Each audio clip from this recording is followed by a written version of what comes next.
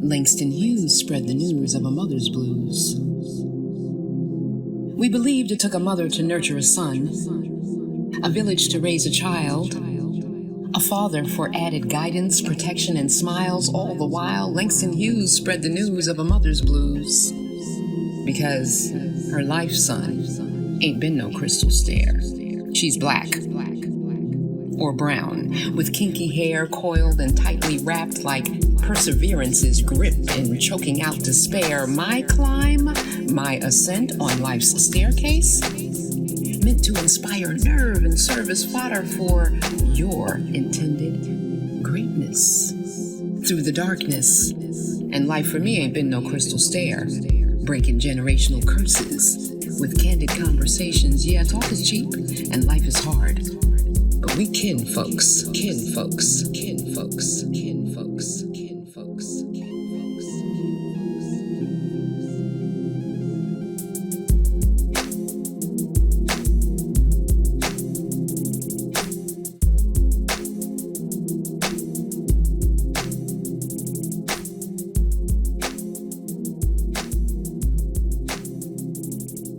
Hey everybody, El Monique here, the mommy and the host of Kinfolks. Thanks for stopping by to spend time with me today. Since variety is the spice of life and I love flavorful things, we're bringing you something a little different today.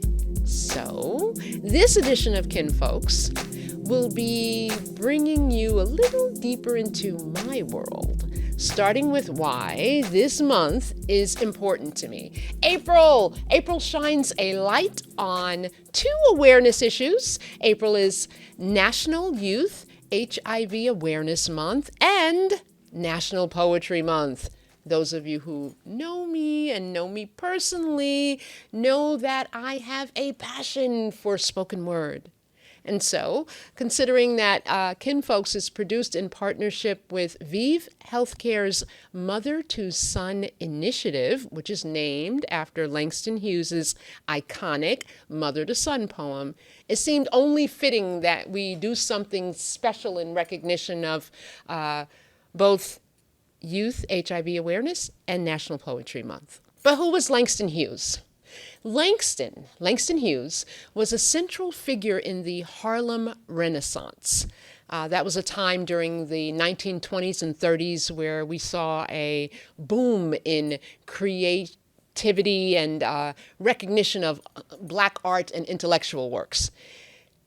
Hughes was a major poet, and he wrote novels and stories, poems, essays. He was the man. By today's standards, his work was lit, and he was an influencer of the Harlem Renaissance. He was woke, y'all.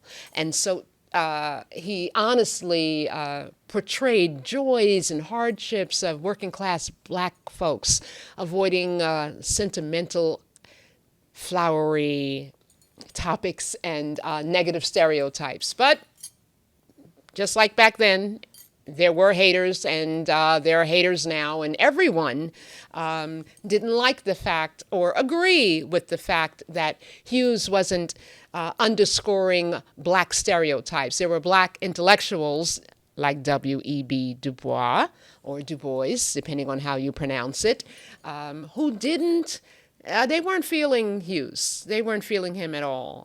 The respectability politics that we talk about today existed back then, and there were people that thought that Hughes and his group, that they were just too much. And I have a feeling that it has something to do with the fact that Langston Hughes was a black queer creative who lived, worked, partied, just had a good old time with many recognizable names. People like Wallace Thurman, Richard Bruce Nugent, County Cullen, Zora Neale Hurston, all who might have been closeted but shared his black queer identity. So here's an interesting tidbit, just something to note. In 1926, Wallace Thurman, Hughes, Hurston, Cullen, and a whole bunch of other folks, black creatives, they got together and they created and published a magazine. They called it Fire. And they did it all from Niggerati Manor. You heard me, y'all. This was a rooming house where Wallace Thurman lived, and everybody gathered so that they could just hang out and chill and bond and pontificate about the times and channel all of their joys and angst into creativity. So Fire challenged the norms of the older Black generation, and it featured the work of younger authors like Hughes. It promoted a realistic style using vernacular language sprinkled with, I'll call it Southern transplant dialects, urban vernacular street talk, y'all. The informal code switching we use as Black folks that bonds us. So the magazine covered controversial topics like homosexuality and sex work. This was 1926, y'all. This was big. And as you might imagine, these were conversations that weren't easily had. They still aren't today, and they really weren't then. So there were many Black folks that were offended, Black leaders that denounced Fire magazine, Langston Hughes and all his friends. Even way back then, as I said before, that respectability politics was ripe and real. But here's the real kicker. Fire wasn't just plagued by controversy, it was also plagued by debt. So after publishing just one edition, there was a literal fire in the basement of Niggerati Manor, where they had stored all of these extra copies of the magazines, and everything was lost. Everything. So they only published one edition of Fire magazine. It caused all of this hoopla. Only one was ever published, and guess what? Here we are talking about it today. Proof of why we need to have conversations, one conversation at a time, and what a difference it can make.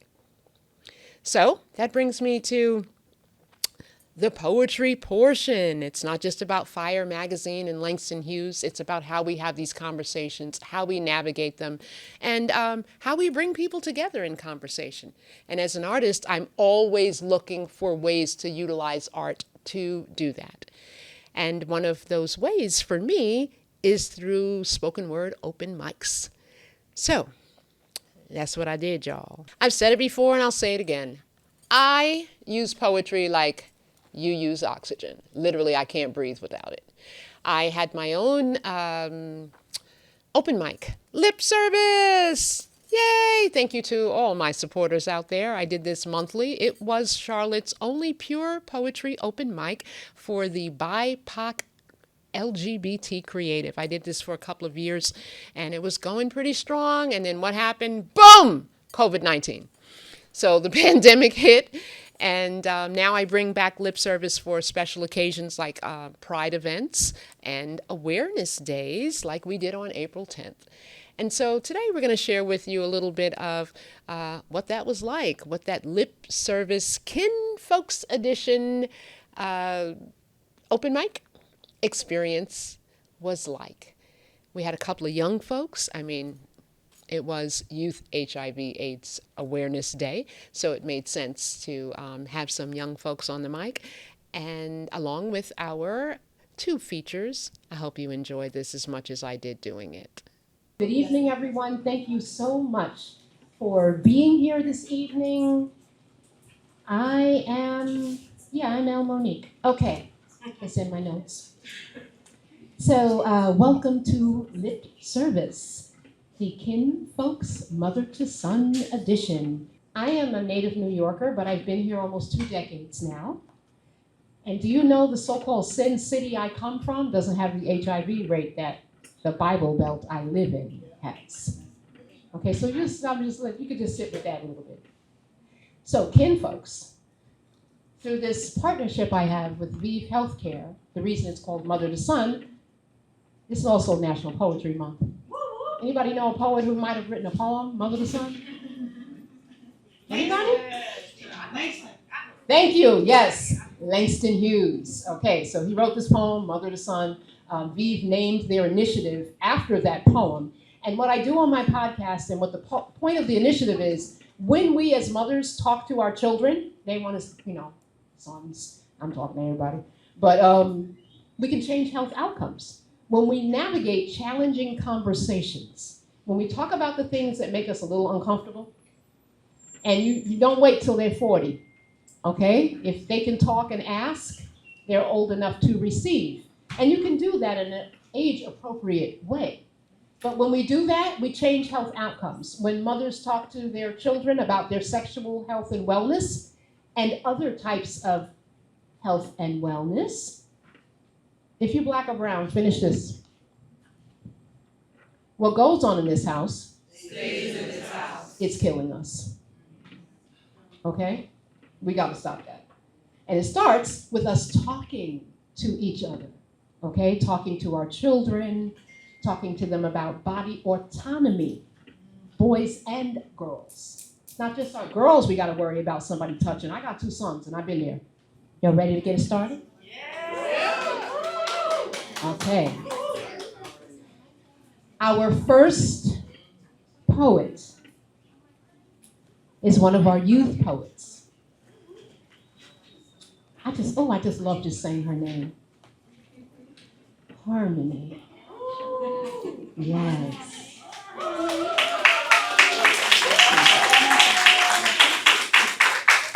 Let me tell you a little bit about this phenom. Harmony is a 15-year-old freshman at Sugar Creek Charter School. Wait for it, y'all. That is nothing compared to where I'm going. Co-founder of LLOTC, Little Listeners of the Carolinas, a youth violence prevention outreach organization. Y'all hear me? 15. Featured in the book, I Am Queen Charlotte. She was highlighted for being the youngest activist and advocate who paved the way to make the city of Charlotte worth living in. Harmony serves as youth ambassador for County Commissioner at Large Arthur Griffin and has volunteered as a voting poll worker and so much other stuff. I'd be talking for an hour, so I'm abridging this, okay? I mean, a lot. This young poet and leader has also hosted a 3-day youth empowerment event for 15 young ladies, teaching the importance of unity, self-love, and character. Organized and hosted, did you hear what I just said? For 15 other young people. She is truly a warrior, a voice for those afraid to speak up and speak out, a bridge builder from schools to community neighborhoods. She is literally a phenomenal young lady, loving the skin that she's in. And that right there makes me tear up because we're just so taught to hate ourselves. So when we can start off loving ourselves and the skin that we're in, that's half the battle right there. And we are blessed to have her here this evening. I want you to give a thunderous applause to Harmony.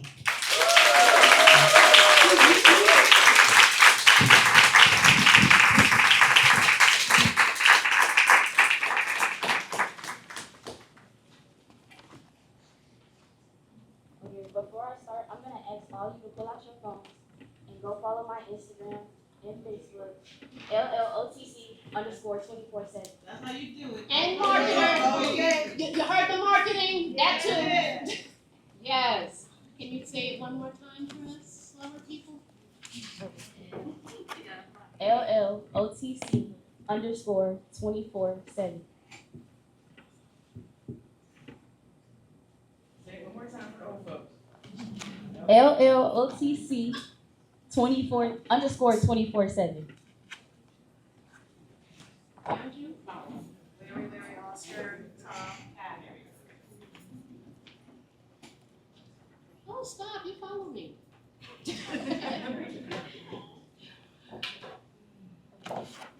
The cells in my bloodline, I'm still trying to compromise the unit of life, but I still dance till death. I dream and think and dream big things I've never seen, but I still dance till death. The loss of a brother, a mother, a father, and a daughter, but I still dance till death. You can't hide my fear. All you want is justice and peace for what was taken, but yet I still dance till death. Our one hero has become a frenemy, turning their back on me instead of helping me. They're killing and judging me. but I still dance to them. When they go wake up and see they ain't helping the community, their hurt once was unity, but I still dance till death. You put your finger on the trigger, oh, I feel threatened. You put your knee on my neck, oh, I feel threatened. You put your taser around and shoot, oh, I feel threatened. You give the wrong commands, oh, I feel threatened. But you feel threatened for who I aim to be, but I still dance till death. All you do is pull the trigger, and play victim, but we all know who the real victims are. Say their names. Larico Williams, that's my father. Sonia Massey, that's someone's mother. Janisha Fonville, that's someone's daughter. Daryl Turner, that's someone's son. And George Floyd, that's someone's brother. Do you get it? They all dance to them. Do you get it? They all dance to them. But you don't know my story. At the age of 1 year old, I lost my father. At the age of 9, I was severely attacked by a pit bull. I had to get my muscle reattached to my left thigh. But you don't know my story. You don't. The pain and the hurt, the frustration, the disgust and the mad, and the anger, and the tears that have been falling. But you still don't know my story. I'm such a team player, I supported my step team because I knew they needed me. Not fully healed 3 months later, I'm stepping in the Martin Luther King's Day parade as he did for black people to vote because he had a dream. But you don't know my story. Missed birthdays, holidays, daddy-daughter dances, who's gonna dance with me? So it hurts so bad. To once from the love, from the one person I needed so bad. The one mirror image of a face that I once knew, I can't get that no more. So let it resonate with you that it's gone. But yet my story isn't over yet. Still, I will dance to death. Thank you.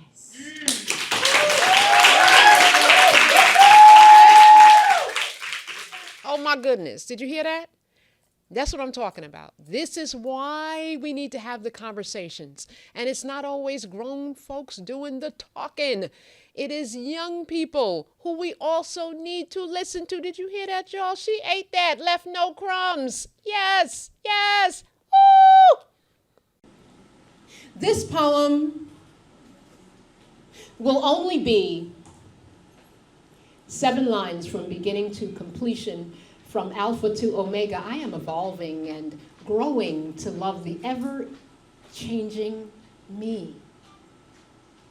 I'm learning to accept my flaws with the anticipation of a new day, new chance to do something differently.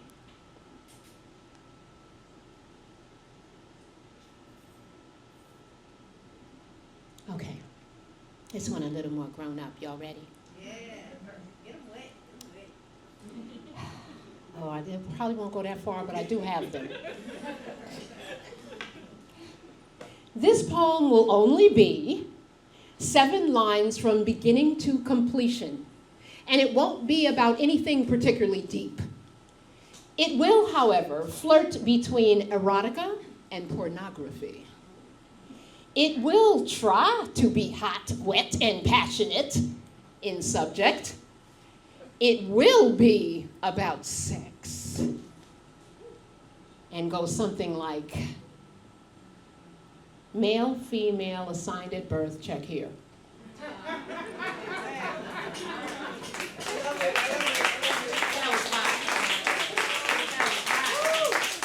I said it was going to be about sex. I don't know what y'all were thinking. Resonating. This is a resonant, let me make sure that, okay, make sure they're in the house. I'm all introducing people. Resonating poet and sunflower lover with a flair for freestyling like I could probably never accomplish, okay? Y'all know my son is a battle rapper and he's badass, honey.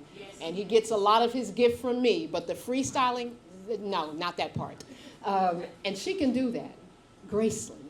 Graceland has a knack for, I see there's some fans in the house. All right. Graceland has a knack for skillfully fusing the spiritual and religious with earthly nuances some would say are secular and others would say are human, because they're thoughts, feelings, and experiences that make up who we are. Her book, True Colors, Retrieving My Rainbow, is a collection of her writings which span the course of 10 years, a decade, okay? Gracelyn is one of the most resilient people I know, and I know her, I mean that, like really just loving, resilient, one of the most resilient people I know. And she's graced many lip service stages, and I'm happy to have her here this evening. She is featured in Transparent Magazine and is a recent contributor to Q Notes News. Anybody know Q Notes? All right, I write for Q Notes, y'all. And I'm happy to have Gracelyn contribute some of her writing because she believes we were born to make manifest the glory of God that was and is within us. It's not just in some of us, it's in everyone. And if you think you've heard that before, it's because it comes from a poem by Marianne Williamson. But now, I want you to show your love for Gracelyn.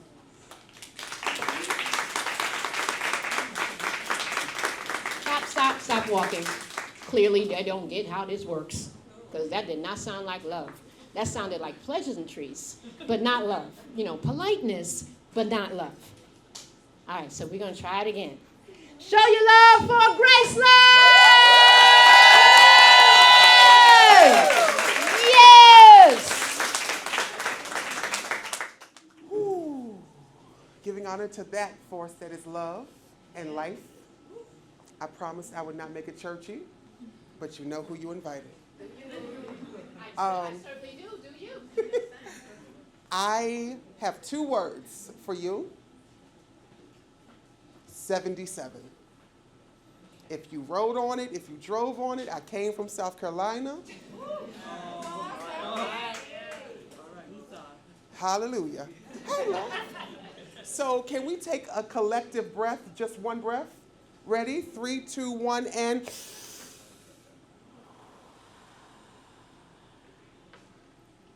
Ooh, that felt nice. One more. 3, 2, 1, and... One more, it's free, I promise you. 3, 2, 1, and...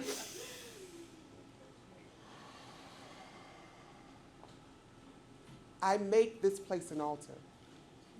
So whatever you came here with, whatever your 77 times 77 times 77 troubles you might be finding yourself in, you can lay them down.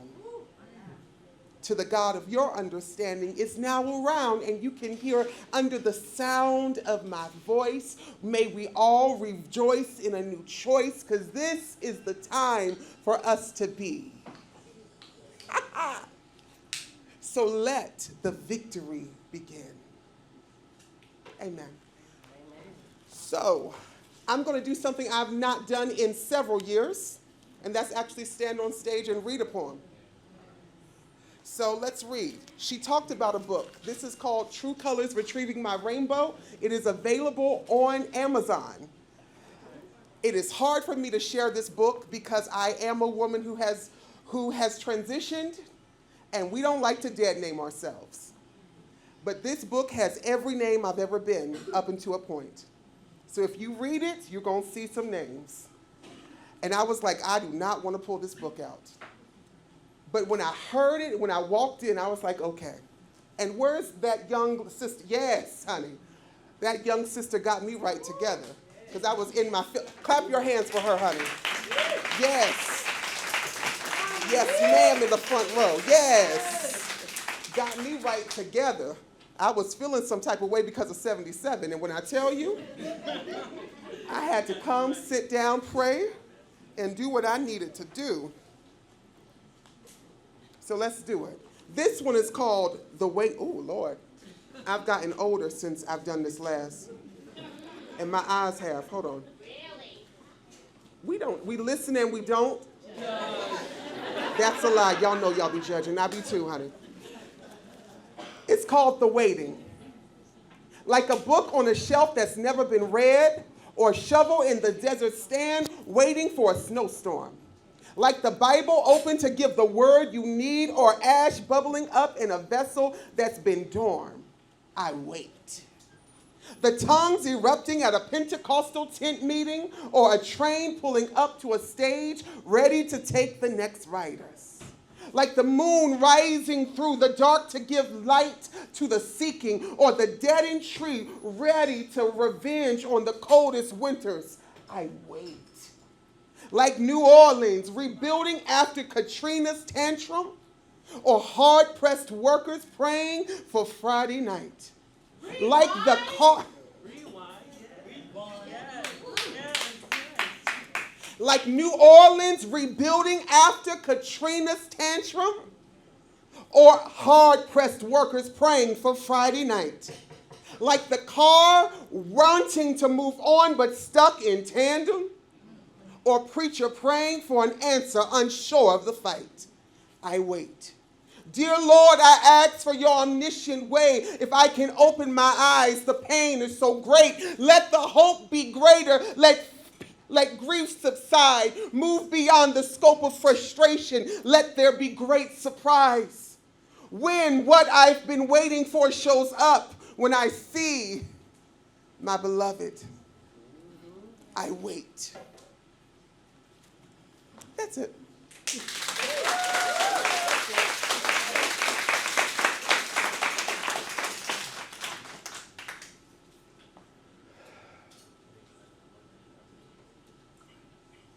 This next poem is unwritten. It's not recorded. It's not documented. So if you hear it now, you'll never hear it again in the same spin. So I ask for that holy wind to come back and settle me again. Freestyle and let me live loud and breathe free. I'm just trying to envelop victory. Please be with me on this stage. I need you to put in my throat some sage for this messy age so that we can come and we can be a brighter day, because somebody don't know if they'll see tomorrow.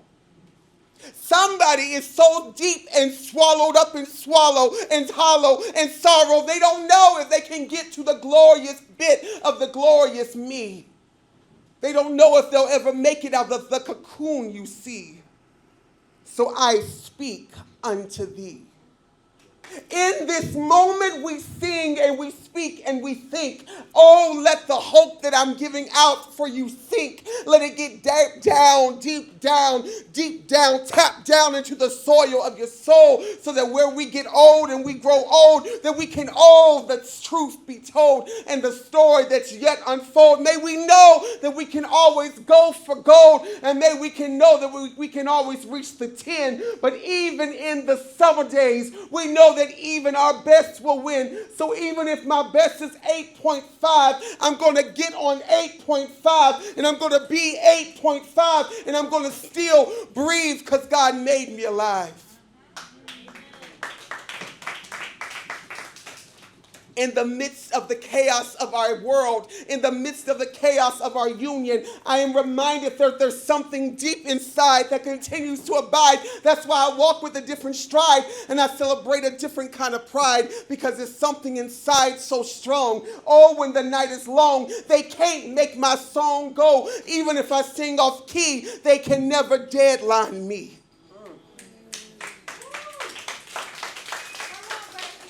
Because even in the nights when the lights get out in Georgia, and I don't know if I can bother or bore you, but when I need to ask to God to restore you, but I don't know if he sees me or the abomination or the abolition, or if he sees just a little nation of inocracy. The idiocracy of this democracy stifles me. Rewind! I can't, honey.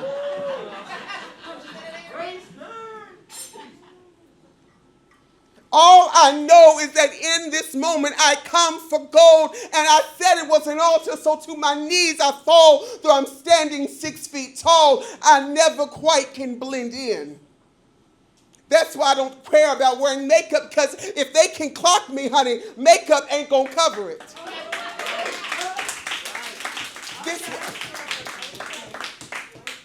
If I was somewhere else, I'd pull this wig and shove it, but I'm not going to do that today.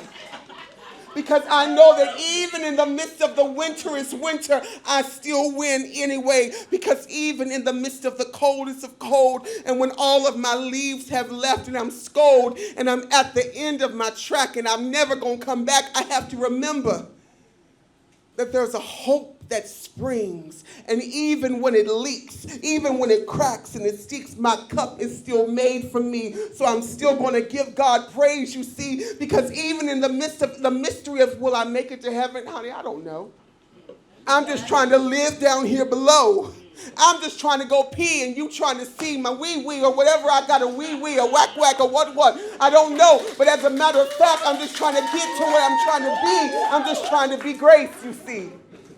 So in the midst of it all, in the midst of it all, in the midst of it all, in the midst of it all, in the midst of it all, I say one altar call, one altar come wall, one to call all, and that is come unity. Commune into me, you see. I need to see you, and baby, I heard you. You need to see me. So in the midst of it all, when we're going down insane and we're playing the same truck, we're playing the same games, and it seems so strange, and we have strange fruit, I want you to remember one thing this tall, big woman told you, and that is hope. Hope. Hope, hope, because even in the darkest of night, even in the darkest of night, even in the darkest of night, remember light will come and there will be a new sight. God bless you. She bad, y'all. She bad. More bad than El Monique, and this is why I say that. I've been writing and performing for about 30 years now, and I still can't freestyle. But Graceland, she brings it every single time. Love you, Graceland. Happy birthday to you. Happy birthday to you. Happy birthday. Happy birthday, Leslie. I love you, woman. Happy birthday. Yes. Leslie is who I wanted to be when I grew up. This woman is so talented. I mean, she dances, she plays keyboards, she sings house music, she writes poetry, she paints, she puts young women through college. Yes. Give it up for the HBCUs. Yes. Oh, that's what I should have led with. All right, so please welcome to the mic, Leslie.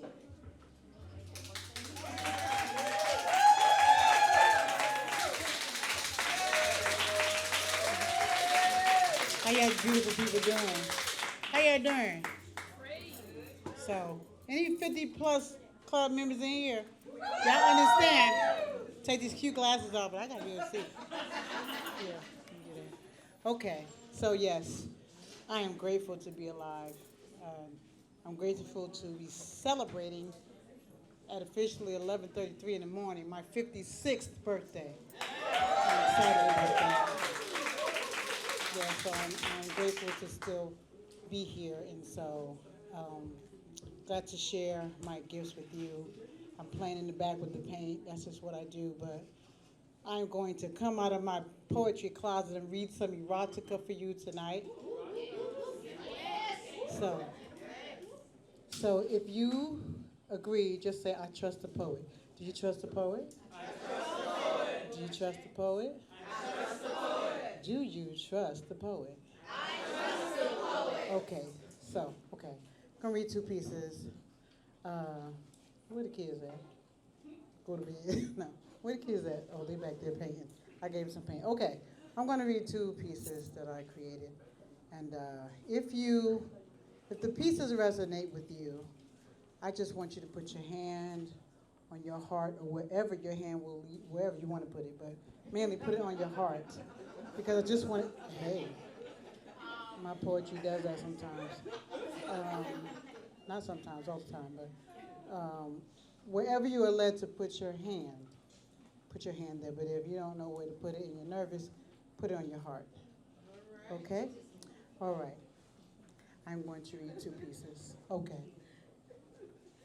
So, if you could just close your eyes for me. I want you to go somewhere with the words. You can share with me at the corner where you went, okay?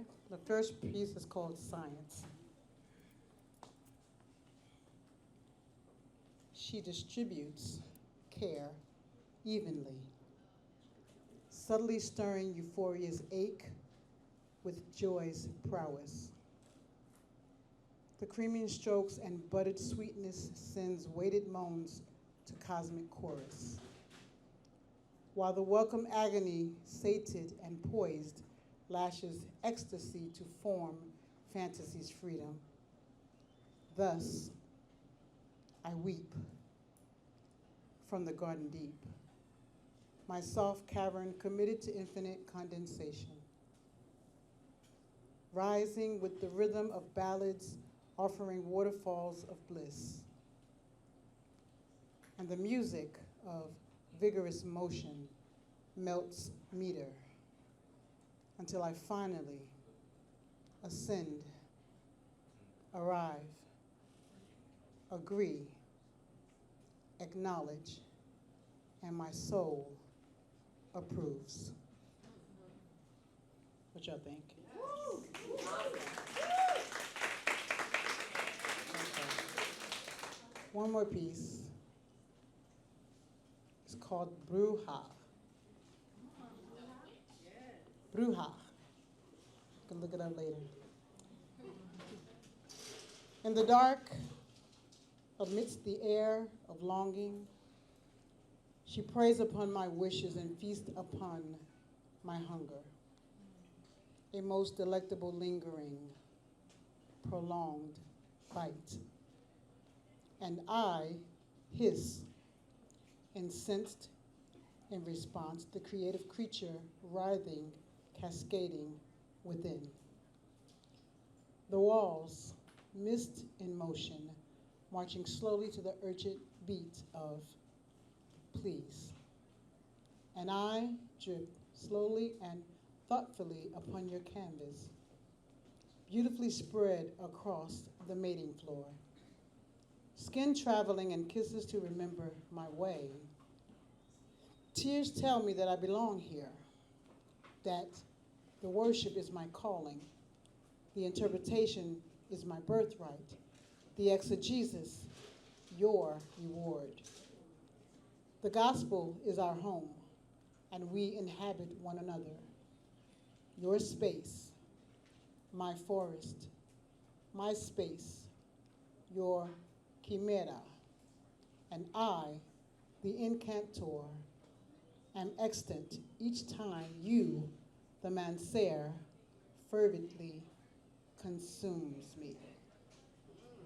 Thank you. That's my friend, y'all. She goes by many names. Leslie, Jasmina, Pastor Esai. We have been in each other's creative lives for about 30 years. The first poem I ever got the nerve up to perform on stage myself was at this little bar that Leslie and I used to hang out at in, I believe it was in Brooklyn. And she would be playing keyboards and singing house music, bringing the house down literally. And years went by, we didn't see each other, and then we accidentally reunited in Charlotte. And so I love her. She's super talented. We celebrated her birthday during lip service. And I just want to say to you out there that when it comes to friendship, it really is about quality, not quantity. So I wrote a book a couple of years back. It is entitled From Collards to Callaloo. Anybody with Caribbean ancestry in the house? Why are you not talking, Gladys? Okay. So those people know what callaloo is. I'm going to describe it as the Caribbean version, soul food, and the Caribbean version of collard greens. And so the poem, I'm looking for it. Where is it? Page 10. So this book, I wrote a couple of years ago. I had this secret I was keeping. And I called my mother one day. My mother's still alive. She's 86 years old. Thank you. She's physically healthy, but her memory is starting to go. So don't forget to scan that, because I have a whole, one of my podcasts features her. But my mom called me one day, and she couldn't think of something really typical, and I was in the middle of writing a book, another book. This was going to be like this coffee table book for lesbians. You know, it was going to be like a guide kind of thing, you know, because some of us really need it, you know, so it was going to be a little funny and a little serious. And then I called my mom that day, and she was like, yeah, I went to the place, you know, oh, girl, don't get old. And it took about 10 minutes for me to help her remember the word supermarket. At that moment, I abandoned the book I was writing and thought about the fact that my oldest child has a daughter that I've never met. She is 18 years old. I've never held her, never looked into her eyes. I have 2 pictures of her and only heard her voice once, and she was about 8 at the time. My son hasn't even seen her in at least, 12 years. We don't know where she is. And so I wrote this book for her. Poems and letters to Asada. Her name is Asada. My son takes after me, and you can guess where he got that name from. But because it's so important that we not only tell our stories, but that we shape and tell our own narratives. Okay, that is so important. And the reason I have yet to meet her is because her mother is a bigot and I live an out life. So I'm hoping it's the reason why my name is El Monique King on every platform. It's the reason my phone number hasn't changed in 20 years. Because if she's ever trying to find me, I want her to be able to, okay? Thank you. And I can tell it now without crying. She was like 12 before I told anybody. Because I didn't have the narrative that most people have when you say you're a grandparent. Oh, that's wonderful. And I didn't have that, and I didn't want to relive it every time. So I didn't lie about it. I just never told anyone. But then I talked to my mother that day, and my own mortality became more finite. And I thought, oh my God, what if I never meet her? Her only narrative of me will be through the lens of a bigot. I mean, her mother called me a nasty carpet licker to my face, okay? So I just had to do this for her so she would know who I am. And so these poems I'm about to read to you right now are entitled 6 Little Intos. I know I have some professional poets in the house, but for the rest of you, an into is a, anybody ever heard of a sonnet? A haiku? A villanelle? Okay, most of those forms were invented, well, not the haikus, but the rest of them by Europeans. And so there is a whole contingent, just like back in Harlem Renaissance era, there's a contingent of people that think that black poets write in free verse because we can't write in structured verse. Okay? You know that's a lie, right? So the into is the black poet's response to that. It is structured verse. It's 2-4-6-8-6-4-2. These poems are written in that format. I love free verse, but yeah, we can do it. We are the creators of every science on this planet, honey. Trust me, we can write a structured poem. And so this is that. Goes back to my childhood, and I think if you're over 50, you'll get it. Little Vietnamese voices sing pledge with us. Afros shine like suns in our streets. Revolution brewing. Mom's having a baby. He will be my second brother, her last one, the first with an African name. Fat cheeks and dimpled hands will follow me around. Happy little brown girl. Prospect Park, my playground. Skipping down 7th Avenue. The 3 of us go eat at Purity Diner. Little brown boy and me, growing up in these streets. drinking Kool-Aid and playing Skelly. Revolution brewing. I named my doll Kizzy.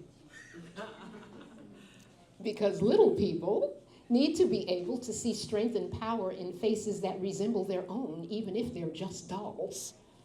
Today and tomorrow, it will be the babies, budding revolutionaries who change water to wine with their freedom of speech.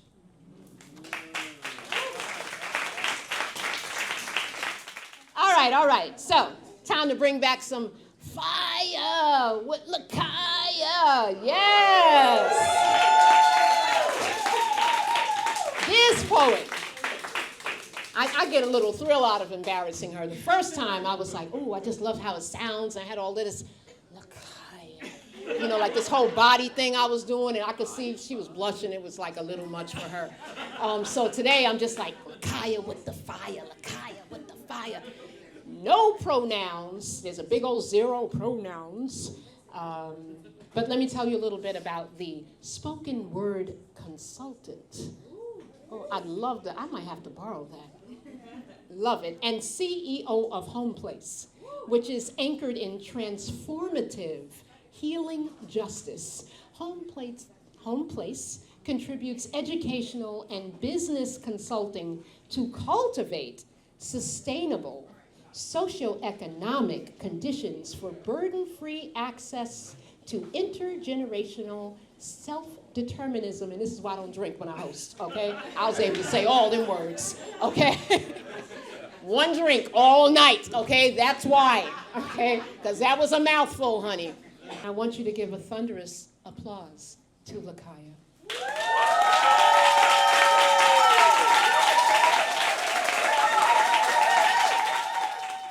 To see ya. It's like a family reunion.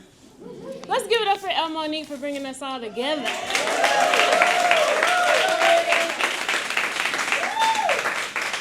Let's give it up to the art. I'll share what we have in the other room. There's a bowl of lavender, some essential oils, and water. A Black queer elder of mine, Queen, back in Long Beach, she always says, what is coming up so it can come out, right? And hopefully it can come out in a productive way, in the company of supportive folks, right? I feel like that's what this is, yeah? An opportunity to heal outside of isolation and also share our hearts, right? For me, I feel like my way of continuing to be here is transforming my pain into poems. And I know I'm not alone in that. I feel like a lot of us do it in different ways, right? It might be fashion, it might be music, soundscapes, right? Different things that we are skilled in.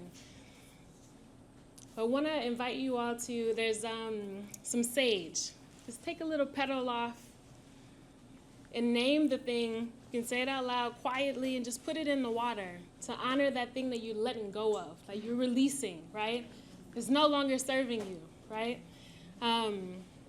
What do you need to release so that you can show up fully here in this moment and retrieve parts of yourself that might be held up in those rooms, those states, those offices, right? For me, healing is calling all of our fragmented parts home to a whole free us again. Because freedom is fact, right? It gets to be embodied. Sometimes we got to reinforce it, remind people that it is, right? Belonging is birthright, but it's truth already, right? Release that part again. Rewind. What'd I say? Belonging is birthright. Yes. Appreciate y'all. It's our community, right? I want to thank Heidi for giving this jacket to me. I was cold. I don't know. It got cold in here, and I was like, I don't know if I can sing shivering up here. Appreciate you. Very chivalrous. Very chivalrous. Honoring community. I'm just going to continue reading off my phone. I have the papers trying to be professional, but I can't see them. It's dark. We in here. We in here. So I'm going to share a piece called Passing Straight. And some of you may have heard a version of it. I'm going to give you the full version, because El Monique was like, nah, don't hold any parts back. You know, you're featuring, so you got the time, take up the space, share it all in full. So it's a poem that's a part of a larger series called The Sermon I Wish I'd Heard. And it's a piece, it's like a spoken word theater piece that I premiered at a queer-affirming, founded and operated church back in LA. That's my church home, Founders MCC, Metropolitan Community Church, during our Kwanzaa ceremony. And so that was like 2013, and I've been touring it to universities, other churches, and things like that ever since. And it has like a accompanying workshop for us to lay our burdens down, right? To name those things and write your own sermon that you wish you heard growing up, right? Because I grew up Black, queer, non-binary. We didn't have a language back then, but tomboy was like the language. Bible belted in the Midwest. And so I found myself witnessing myself in a lot of things that I wish that I wasn't so alone in. And so with Home Place and the spaces that I curate, the hope is that we get to heal outside of isolation. Passing straight. I wish I'd passed as queer when I was too afraid to tell her I loved her. And her dilated eyes asked, dared, pressed my watering tongue to announce. Fresh off the highway from what felt like a weekend-long date, we're lingering in front of my apartment building, eyes not knowing where to look, hands not knowing what to do, shoes kicking imaginary rocks, just the two of us.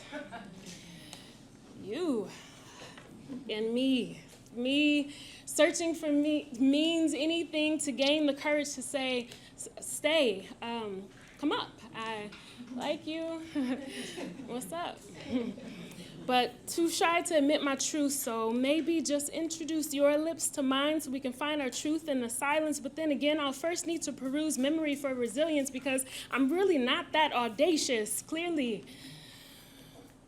Looking away from you, I remind myself that you're the one who said she used to literally wait for me to smile.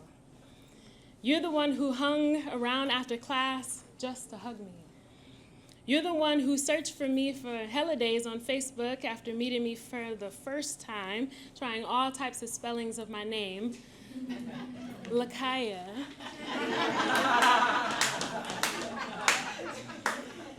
You're the one whose eyes always checked in with me when talking to other girls about guys. You're the one who loved to stare into my eyes in surprisingly not awkward silences. But somehow, in this moment, I'm still blundering in confusion of uncertain possibilities. Butterflies flailing, hummingbirds expelling massively useless thoughts of stagnant energy within me. See, I'm suffocating within this hyper-feminine facade, nearly tripping over a suitcase too big for a weekend-long trip, this girly physique ping-ponging between this reality and embracing and envisioning my family. Flashbacking to flip-flops flaunting manicured toenails painted in gold. Girly pink headband, high school basketball uniform colors are cardinal white and gold. Completely unaware, I'm sold out to these stereotypes, gender orientation collapse at play, muscle memory is fully engaged, see my daily disguise to enter me to survive performance is well underway, see I have to reassure my parents and their parents, I have to prove their Christian daughter isn't floundering. Contemplating nothing romantic in this present moment for the sake of passing picture perfect to absent parents while you stand angelic right in front of me. Waiting with open heart, mouth slightly agape, those enticing eyes, you stand patiently, stopping time, making space for me to part ways with my closeted stays. You wait for me. Anxiously listening for confessions I'll never speak, in full view of passing cars in that church across the street. You wait for me. Just how you waited for me 2 days ago when our truckload of friends arrived in Toronto. Unload the luggage, hotel key and door, classmates step out for the first time in several hours. 5 rest areas later, 3 gas stops ago, after one flat that nearly called us home, it's just the 2 of us. We can share this bed, Lakaya. You tap the spots on the duvet next to you, apparently wanting. I could barely form a sentence, let alone make a decision. See, my mind could only think in a constant rotation of, huh? Oh, oh, huh? Oh, huh? Oh, Only ground I could find was the love of the sound of the way you said my name. It always slid off your tongue like teeth pulling a lavender lace garter down the inner contour of a newlywed's thigh. 2010.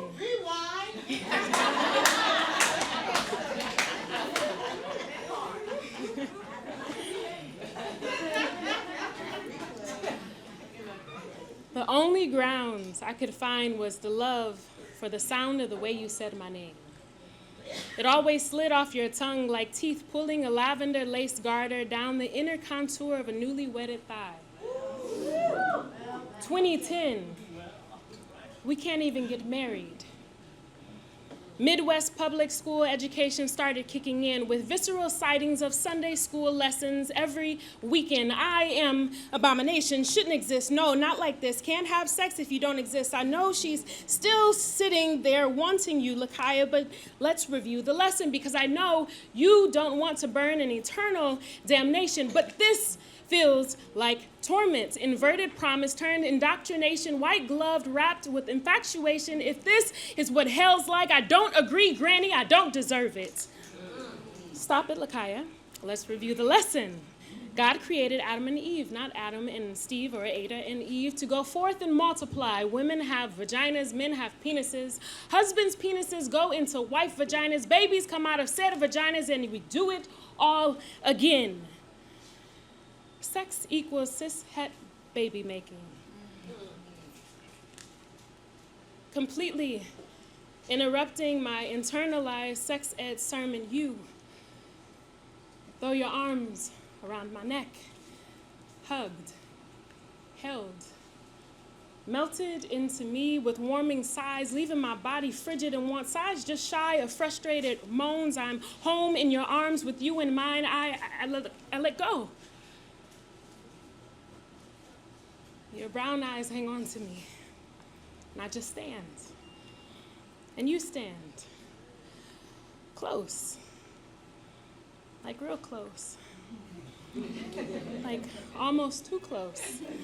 Like, I hope my breath smells good close. Like I fear you'll unravel me in this pause, leaving me exposed and undone in that just kiss me already stare of yours close.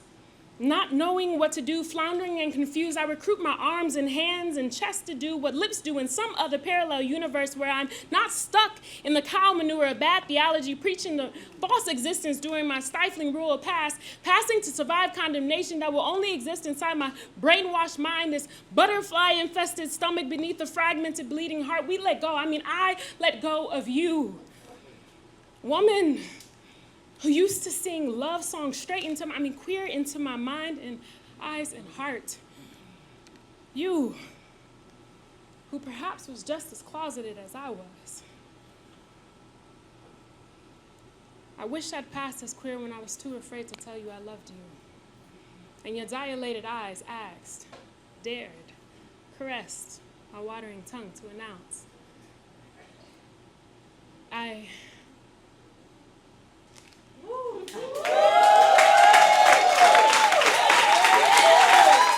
That was Lakaya with the fire, y'all. Woohoo! Oh, I just felt hugged.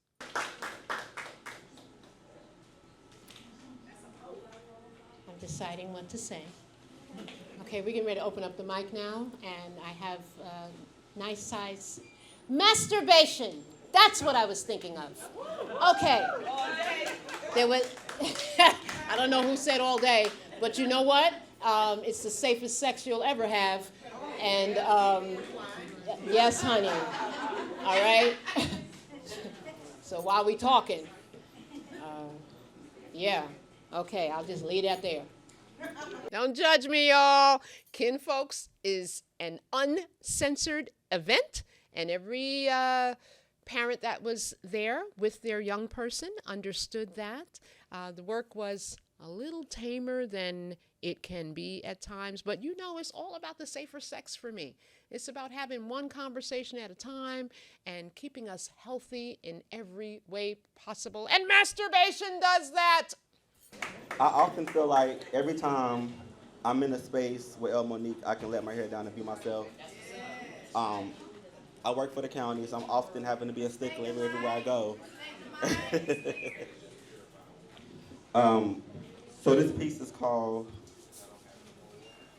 Am I Stupid or Am I Slow?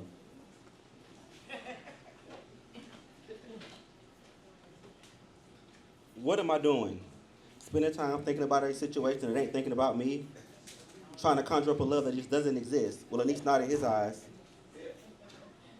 I'm too busy trying to appear wise, coming up with lies just to hold his thighs through the night. And that night, hear my cries, cause he doesn't want mine. Am I stupid, y'all, or am I slow? Give me something. All right, all right. Wanting him to tell me that he don't want me. What a fool am I looking to him to complete me. But to my surprise, he will only bring my despair because the love that I want just ain't there. I swear this shit called life ain't fair. At least not to me. I'm gonna ask you one more time, am I stupid or am I slow? All right. But y'all, how he reminds me of myself. When I'm with him, the purest form I can be, just me. No pretenses, no judgment, just a clear artistic vision. How do we pollute this with resentment? How can I be the best version of me when I'm with you and you not be my person? How? How? How? Am I stupid or am I slow? All right. Oh, friends, you say. How can we be friends and you supposed to be, how can we be, I can't see. How can we be friends and I suppress the true feelings that I have for you that you once entertained? Me just trying to go with the flow, hoping that one day you'll come around. Maybe you see and notice that guy who was always down. Not because you asked me, but because I knew without you I would fucking drown. You saved me. You saved me from me, yes. You set me down and told me, all that champagne you've been sipping not supposed to make you different all the time.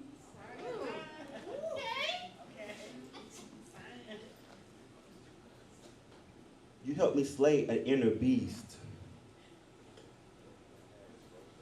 And now you allowed me to feast from your knowledge. You literally set me down and brought me back to college and taught the class, and the subject was me. But my Prince Charming, you don't want to be. Am I stupid or am I slow? It's crazy because you know you got me. You know I'll always be around. But you never shut me down completely. I'm stuck here at your beck and call waiting for something to happen. Am I not enough or am I just stupid or slow? I'm waiting, sitting out this torment and torture while you just watch, sit in that fucking corner and watch. Am I stupid and am I slow? See, when I see you, I see life. Things not easy, but I knew one day I would make any sacrifice just to be near you. Was I anxious? Yes. Anxious to start a new chapter with you. Anxious to see all that we could create, all that we could be. Baby, we could turn this city into ashes and rubbles, but at what point do we start to recreate a new city, rebuilding it into our own image? I just needed you to be all in it. You were afraid of the baggage, but baby, that just comes with the package. I will always be your biggest supporter. The arts is our link, but somewhere in life, I lost my light, but yours shines so bright. It was the best guy to get me right. You were not ready, so don't fucking blame me. I waited so long for you to even fucking notice me. I picked my brain trying to figure out what I don't do for you, yelling and screaming just to get through to you. Anybody after you would never have me the way that you. But I watched you give up. I watched you choose you. You are my life sentence, but that was always the goal. Your fingerprints are forever imprinted on my soul. I can't let go. I let you reach into your bag of tricks, and it landed me on your landmark. My landmark is you. I'm working overtime just to get the ground fertile, but the land is so damaged, it has rejected every seed I tried to plant in it. I love you so much, I feel like I'm fucking stranded. I will repeat insanity because all I want to do is be with you. My heart is the music notes to a spreadsheet, to a song that was written by you. I'm just waiting for you to complete it before we bid adieu.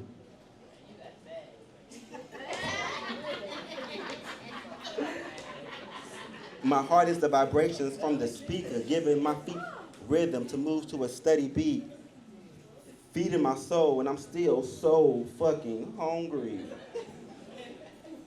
No, I was not looking for a way out. Hell, I'm trying to find a way in. So you tell me, how do we restart from the beginning when, baby, we started from the end? I'm gonna ask y'all one more time, am I stupid or am I slow? Thank you. My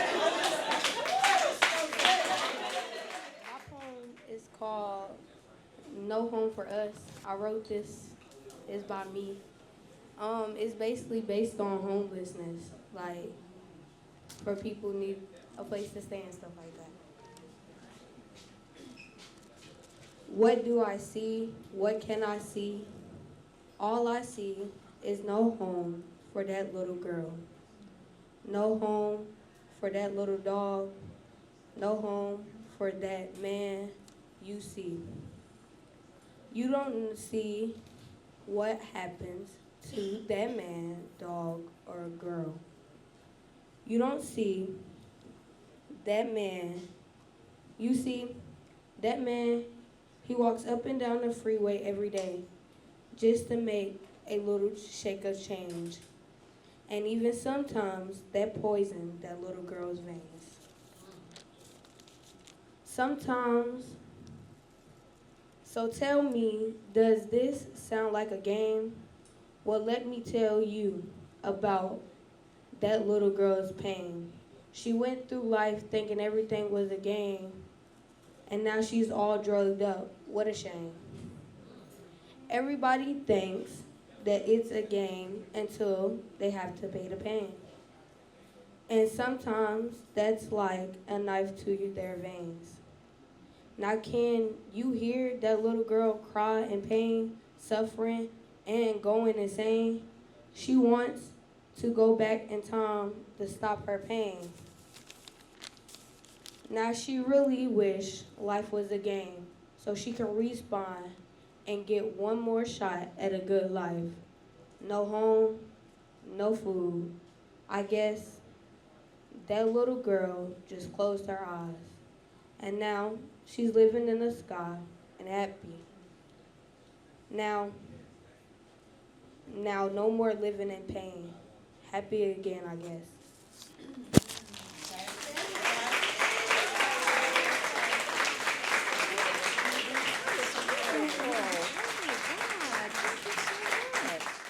They say black women be the backbone. They say she the mule, the mop, and the hot comb. They say black folk be a cancer. And they say build walls and poison the water.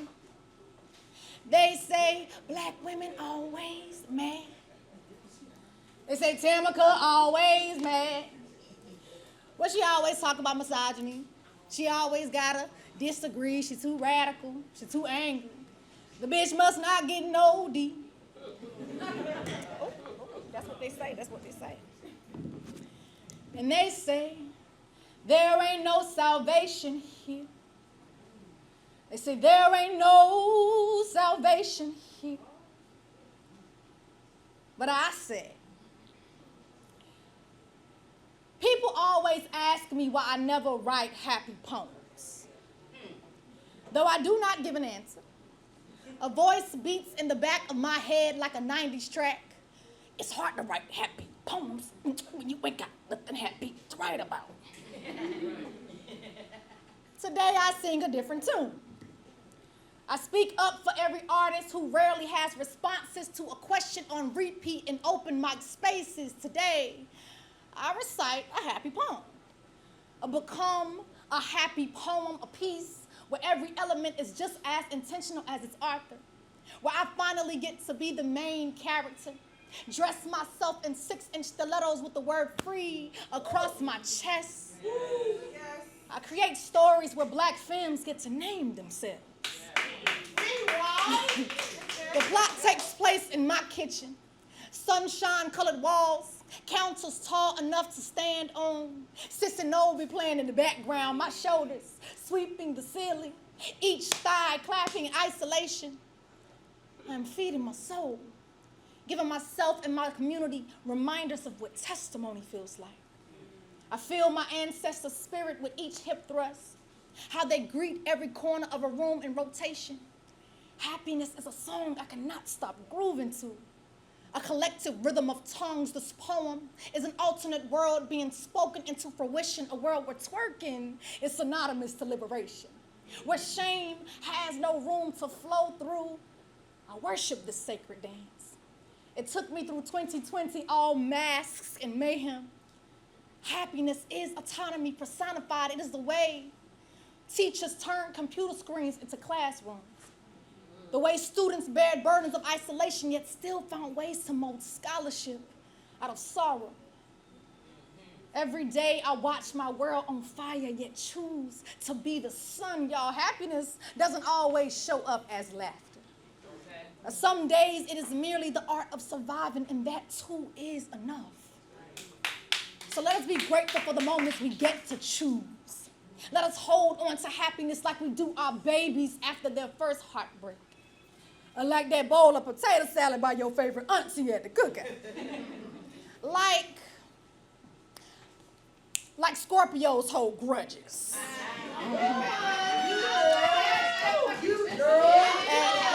And we all know there ain't nothing tighter than that. Thank y'all so much.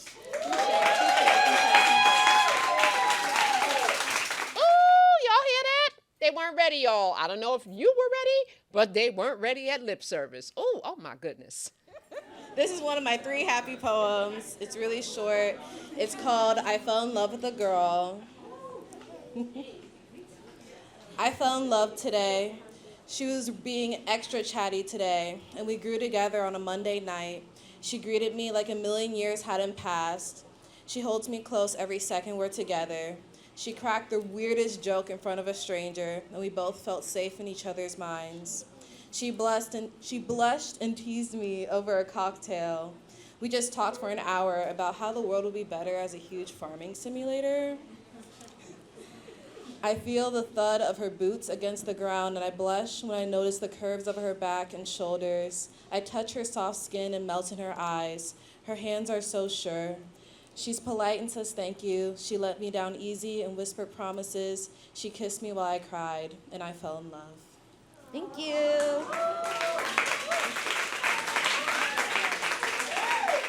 Home.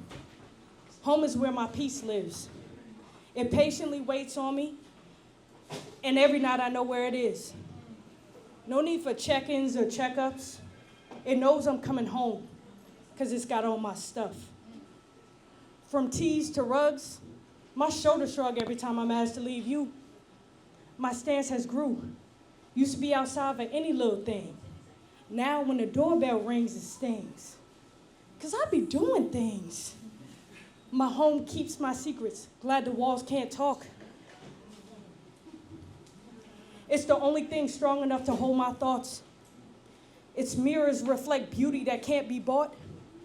And the only steps are line dances I'm trying to get taught. My floor has seen the feet of friends and knees in need of prayer. Home's halls have echoed this very voice that you hear. No couches, we ain't comfortable over here. The only room is to grow, so face your fears. When I pull up late to the function, don't be scared. Know that I was at home, because my peace lives there. Thank you. that wraps us up for this edition of Kinfolks. And follow, like, subscribe, send me an email. You can write to us on any of our social media platforms. You can email us at kinfolks365@gmail.com. Send me an email. Let me know who are some of your favorite poets, your queer literary artists. Let me know, y'all. And Asada Nairobi, I love you, baby.